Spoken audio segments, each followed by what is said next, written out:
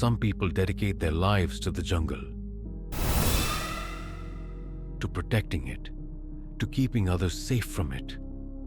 But the jungle doesn't always let you leave. Sometimes it keeps you. Ethan had worked as a forest ranger for 10 years. He knew every trail, every river, every hidden cave. By day, he guided tourists. By night, he patrolled the edges of the jungle, ensuring no one wandered too deep. But tonight was different. Tonight, he was alone. In the ranger station, the generator hummed, the lights flickered, and the storm outside pounded the tin roof. On his desk lay a stack of missing person reports. He'd seen too many. Families who never returned, hikers who vanished, campers whose tents were found empty, torn open. But as he flipped through the latest reports, something caught his eye. The paper was damp, edges curling, but the name was clear. Ethan Cross. His name. The age matched, the description matched, the photo was his own ID picture. He froze, staring, hands trembling. "What kind of joke is this?" he whispered. But no one was there. Just the storm. He shoved it aside, but when he opened the next file, his blood ran cold. Another report, different date, different handwriting. Ethan Cross, missing. This time the details were strange. Last seen entering the jungle at dusk, never returned. But he was here. He was alive. He slammed the drawer shut, pacing the small station. The wind howled outside, and for the first time in years, he felt unwelcome in the jungle he had called home. At 3 a.m., there was a knock at the door. Slow, hollow, 3 times. Ethan grabbed his flashlight, heart pounding. He opened the door. No one was there. Just wet footprints leading away from the porch.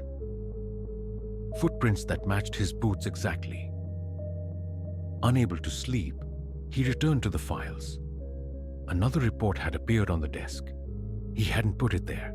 It was dated tomorrow. The words made his stomach drop. Body not recovered. The jungle hissed outside, the storm dying into silence. No frogs, no insects, nothing. Ethan realized he wasn't alone. He tried to leave, packed his bag, started the jeep. But when he drove down the muddy path, the road looped back to the station. Again and again.